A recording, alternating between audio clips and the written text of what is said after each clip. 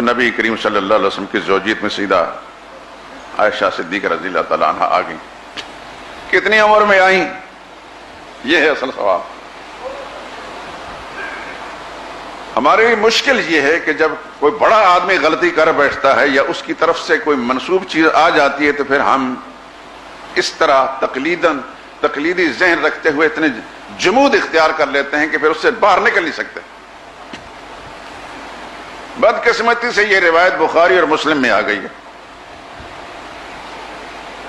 عائشہ صدیقہ کی 6 سال کی عمر میں نکاح کرنے والی روایت بخاری میں اور مسلم میں ہے، اور یہ دونوں ہی درجہ اول کی کتابیں ہیں. پوری امت کا اس بات پر اجماع ہے کہ بخاری اور مسلم دونوں کو صحیحین کہا جاتا ہے. بعض لوگوں کا تو یہ خیال ہے کہ اس میں ایک بات بھی کمزور نہیں، لیکن بالکل غلط ہے بات.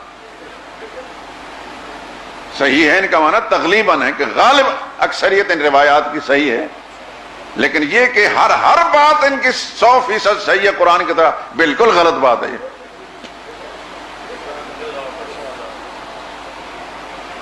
اللہ تعالیٰ علامہ جلال الدین سیوطی کی قبر پر رحمتوں کی بارش نازل فرمائے. انہوں نے کتاب تدریب الراوی ہے حدیث کے اصولوں پر لکھی ہے. اس کے اندر لکھا ہے کہ مسلم مملو من شیعہ، شیعت سے بھری پڑی ہے، اور بخاری کے اندر جلد ثانی کتاب التوحید کے اندر ایک راوی ہے عباد بن یعقوب الرواجنی، جو بڑے محدث ہیں حدیث پڑھانے والے، وہ تو زیادہ اس بات کو جانتا ہے، لیکن میرا جیسا طالب علم بھی تھوڑی سی کوشش کرتا ہے تو کوئی نہ کوئی بات مل جاتی ہے. اس کے بارے میں حافظ ابن حجر اسقلانی لکھتے ہیں صدوق رافضی حدیث فی البخاری، وہ رافضی ہے اور اس کی بخاری میں روایت موجود ہے. فلیح بن سلیمان ایک راوی ہے، عبد الملک اس کا اصل نام ہے، لیکن اس کی کنیت فلیح بن سلیمان، بخاری کے ہر دوسرے تیسرے صفحے پر موجود ہے، نہایت کمزور راوی ہے. خیر، اس سے بھی قطع نظر پچھلے جمعے عرض کر چکا ہوں، اس روایت کا راوی حشام شروع کے زمانے میں بڑا معتبر راوی تھا. وہ بات کر رہا ہوں جو عام آدمیوں کے ذہن میں آ سکے. محدثین جانتے ہیں کہ شروع کے زمانے میں بڑا معتبر راوی تھا، سارے محدثین نے اسے روایتیں لی ہیں. بدقسمت آخر زمانے میں ان کا حافظہ بہت خراب ہو گیا تھا، اور یہ روایت 6 سال والی اور 9 سال والی اسی زمانے کی ہے.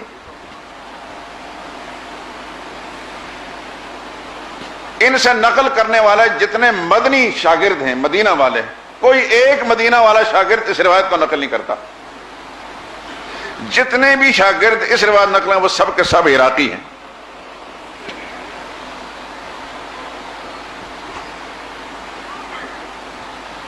جس آدمی نے اس پر تحقیق کی ایک ایک چیز کی، چونکہ رسول اللہ صلی اللہ علیہ وسلم کی آبرو کا مسئلہ تھا، عائشہ صدیقہ رضی اللہ تعالیٰ عنہ کے ناموس کا مسئلہ تھا، دنیا کفر نے اس روایت کو لے کر حضور صلی اللہ علیہ وسلم کے خلاف وہ طوفان بدتمیزی کیا ہے.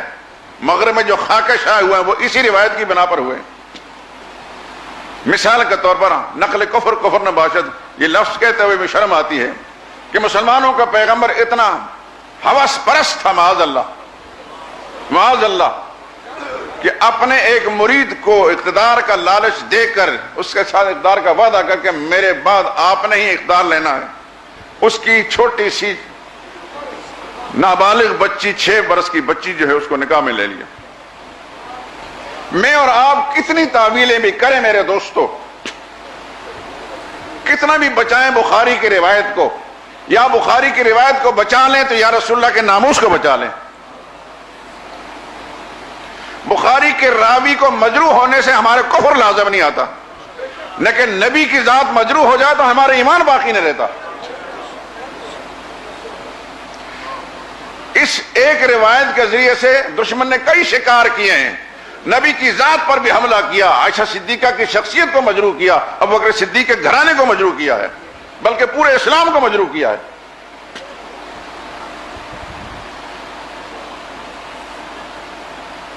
جبکہ حقائق اس کے برعکس ہیں. یہ ایک روایت اس کو ایک طرف رکھیے. اب میں کچھ حقائق آپ کے سامنے رکھتا ہوں.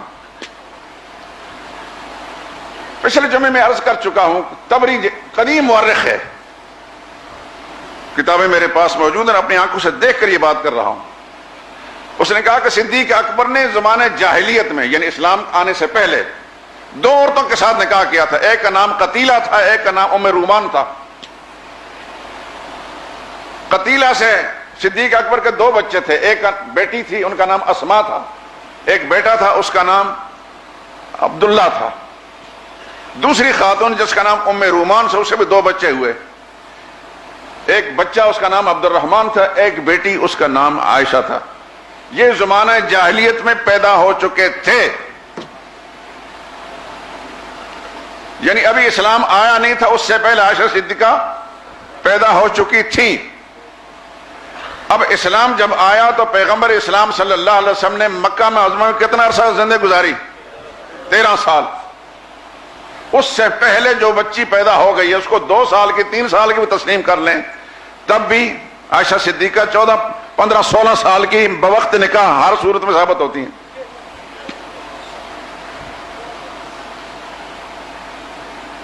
دوسری بات،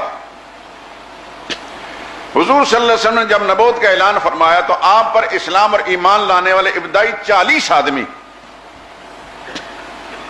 ان میں عائشہ صدیقہ کا نام بھی ہے۔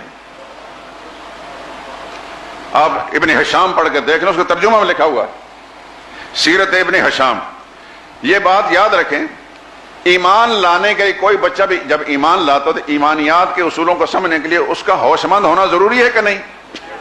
یہ 1-2 سال کا بچہ بھی اس کا ایمان کا اعتبار کو ہوتا ہے، کم از کم 6-7 سال کا بچہ ہو تب وہ بات کو سمجھنے کی صلاحیت رکھتا ہے۔ تو عائشہ صدیقہ رضی اللہ تعالیٰ عنہ اس فہرست میں شامل ہیں جو ابتدا میں رسول اللہ صلی اللہ علیہ وسلم پر ایمان لانے والے لوگ ہیں۔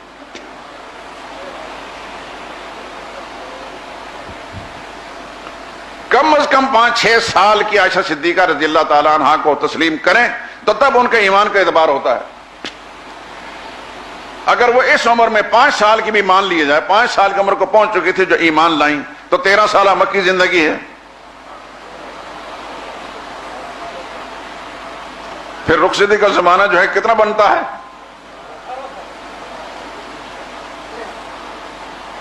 میں پچھلے جمعے ایک بات عرض کر چکا ہوں، حساب کتاب کا ماہرین فوراً سمجھیں گے اس کو۔ ان کی بڑی ہمشیرہ دوسری ماں سے، جن کا نام حضرت اسماء بنت ابی بکر ہے، مشہور صحابیہ ہیں، سن 73 ہجری میں فوت ہوئیں، سب نے لکھا ہے۔ ایک بات، 100 سال کی عمر میں فوت ہوئیں، سب نے لکھا ہے۔ یہ مسلمات میں اس میں اختلاف کسی کا نہیں۔ یہ اپنی چھوٹی بہن عائشہ سے 10 سال عمر میں بڑی تھیں۔ ان تینوں چیزوں کو سامنے رکھ کر ذرا حساب لگائیں۔ اس بات کو محدثین نے بھی لکھا ہے، مورخین نے بھی لکھا ہے۔ اسماء بنت ابی بکر اپنی چھوٹی بہن سے کتنی بڑی تھی؟ 10 سال۔ فوت کب ہوئی؟ 73 ہجری میں۔ کتنی عمر میں فوت ہوئی؟ 100 سال کے۔ جو خاتون 100 سال کی تھی 73 ہجری میں، وہ یکم ہجری کو کتنے سال کی ہوگی؟ 27 سال کی۔ اور 27 یکم ہجری کی 27 سال کی تھی تو ان سے 10 سال عمر میں جو چھوٹی ہمشیرہ، وہ یکم ہجری کتنے سال کی ہوئی؟ کوئی بھی پہلو لے لیجیے، کسی صورت کے اندر عائشہ صدیقہ 6 سال کی عمر کی نہیں بنتی بوقت نکاح۔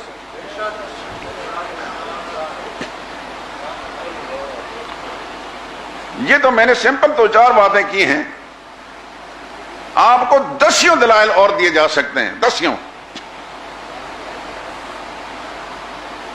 مثال کے طور پر 27ویں پارے میں ایک سورت ہے، سورہ قمر۔ یہ قرآنی ترتیب کے اعتبار سے 37ویں نمبر کی سورت ہے۔ قرآنی ترتیب 54 نمبر کی اور نزولی ترتیب 37ویں نمبر کی ہے۔ اس کی 46ویں نمبر کی آیت ہے، وَالسَّاعَةُ أَدْهَىٰ وَأَمَرَ۔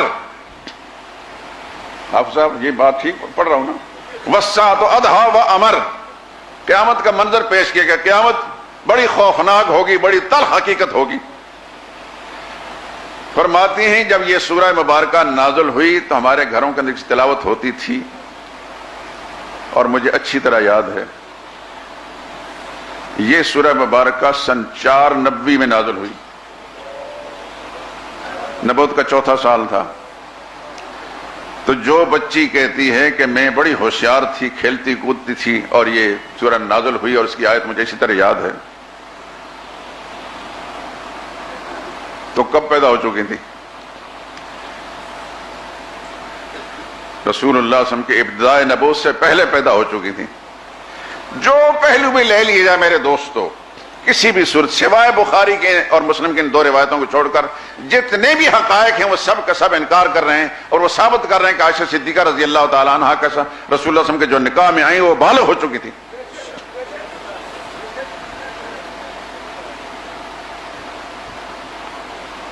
یہاں ایک اور بات، جب صدیق اکبر رضی اللہ تعالیٰ عنہ کو یہ پیغام پہنچایا اس خاتون نے کہ رسول اللہ صلی اللہ علیہ وسلم کے ساتھ اپنی بیٹی کا نکاح کر دیں، تو انہوں نے یہ فرمایا کہ حضور تو میرے بھائی ہیں.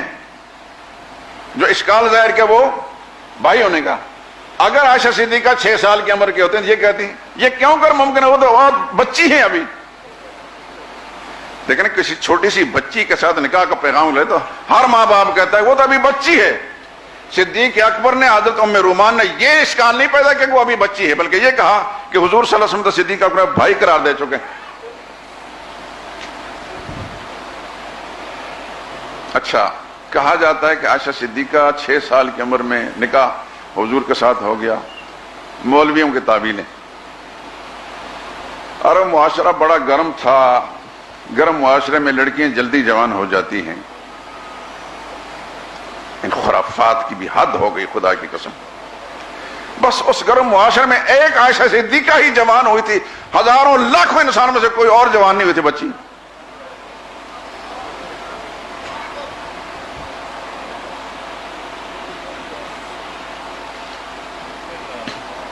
غلو عقیدت میں یہ بات تو کہہ دی، لیکن میں پوچھتا ہوں ان مولوی صاحبان سے جو اس روایت کو بچانے کے لیے ہاتھ پاؤں مارتے ہیں، تم اپنے کسی پیر و مرشد کو جو 50 سال کی عمر کو پہنچ چکے ہیں، تمہارے پیر و مرشد، تمہارے استاد 6 سال کی بچی اس کے نکاح میں دے دو، تیار ہو؟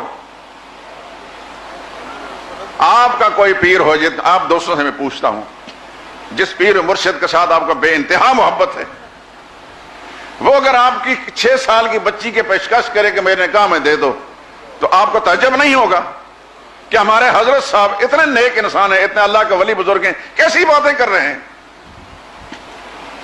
عقل مانتی ہے اس بات کو؟ میرے دوستو، اس روایت کو بچاتے بچاتے بھی صرف اتنی تعویل کی جا سکتی ہے کہ راوی سے یہ غلطی ہو گئی، 16 سال کہنا تھا وہ 6 سال کہہ گیا، 19 سال کہنا تھا وہ 9 سال کہہ گیا. بس اتنی سی بات. بریگیڈیئر حامد سعید اختر اللہ نے سلامت رکھے، انہوں نے بڑا ایک خوبصورت شعر اس کے جو مضمون لکھا، جو کتاب کی شکل میں چھپ گیا.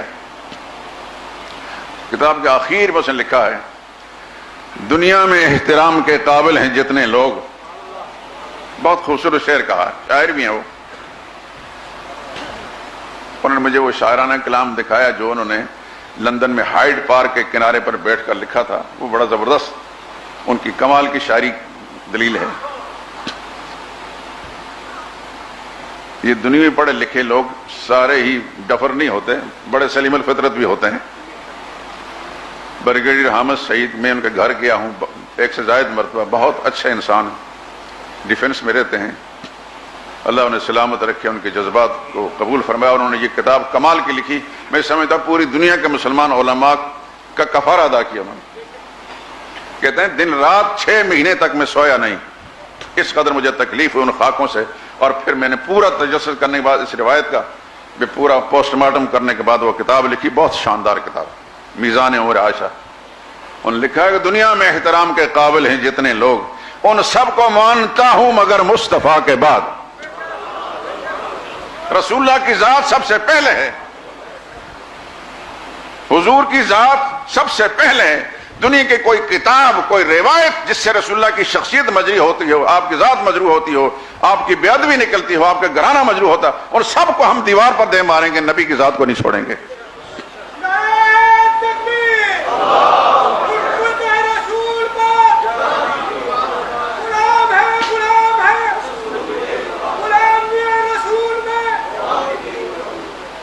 آخر میں ایک بات کہتا ہوں، آپ کی توجہ اس طرح مبذول کرانا چاہتا ہوں۔ قرآن کی تو روزانہ تلاوت کرتے ہوں گے نا، آپ کرتے ہیں نا؟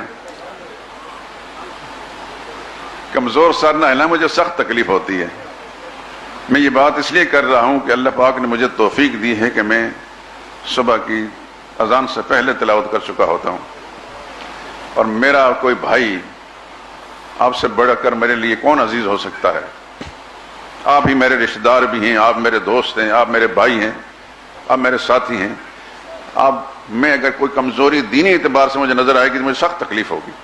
عہد کریں کہ ہم قرآن کریم کو روزانہ تلاوت کریں گے انشاءاللہ، اللہ جزائے خیر عطا فرمائے۔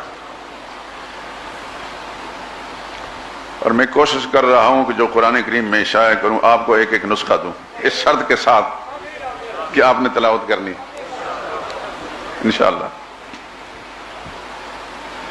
اللہ تعالیٰ قبول فرمائے۔ قرآن کریم سورہ نساء، سورہ نساء اس کے 6 نمبر کی آیت ہے، توجہ کریں۔ وَابْتَلُوا الْيَتَامَى حَتَّى إِذَا بَلَغُوا النِّكَاحَ،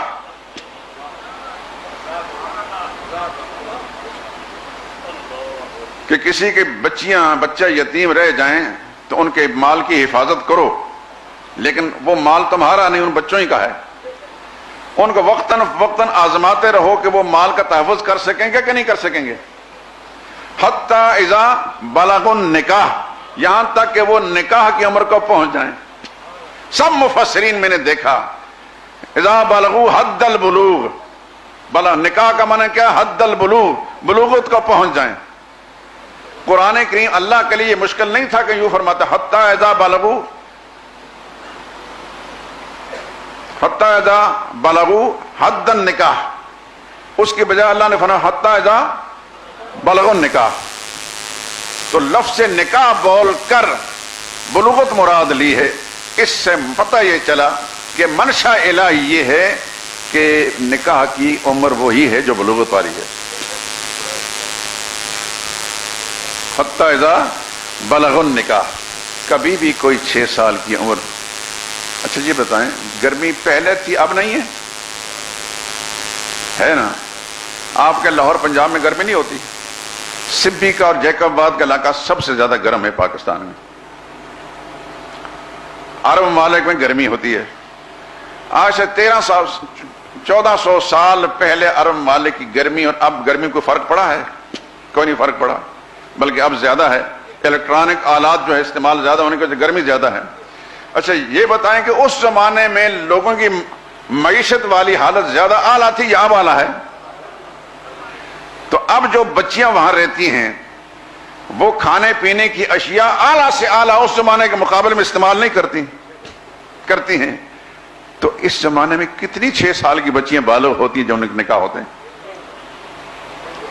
عجیب تماشا ہے خدا کی قسم کہ دشمنان اسلام نے حملہ بھی کیا تھا پیغمبر کی ذات پر، نبی کے گھرانے کو مجروح کرنے کی کوشش کی، لیکن اس میں ہمارا کردار ہے ہم مولویوں کا کہ ہم نے سوچے سمجھے بغیر ان روایات کو سہارا دیا اور یہ نہ سمجھا کس سے کہ نبی کی ذات مجروح ہو رہی ہے۔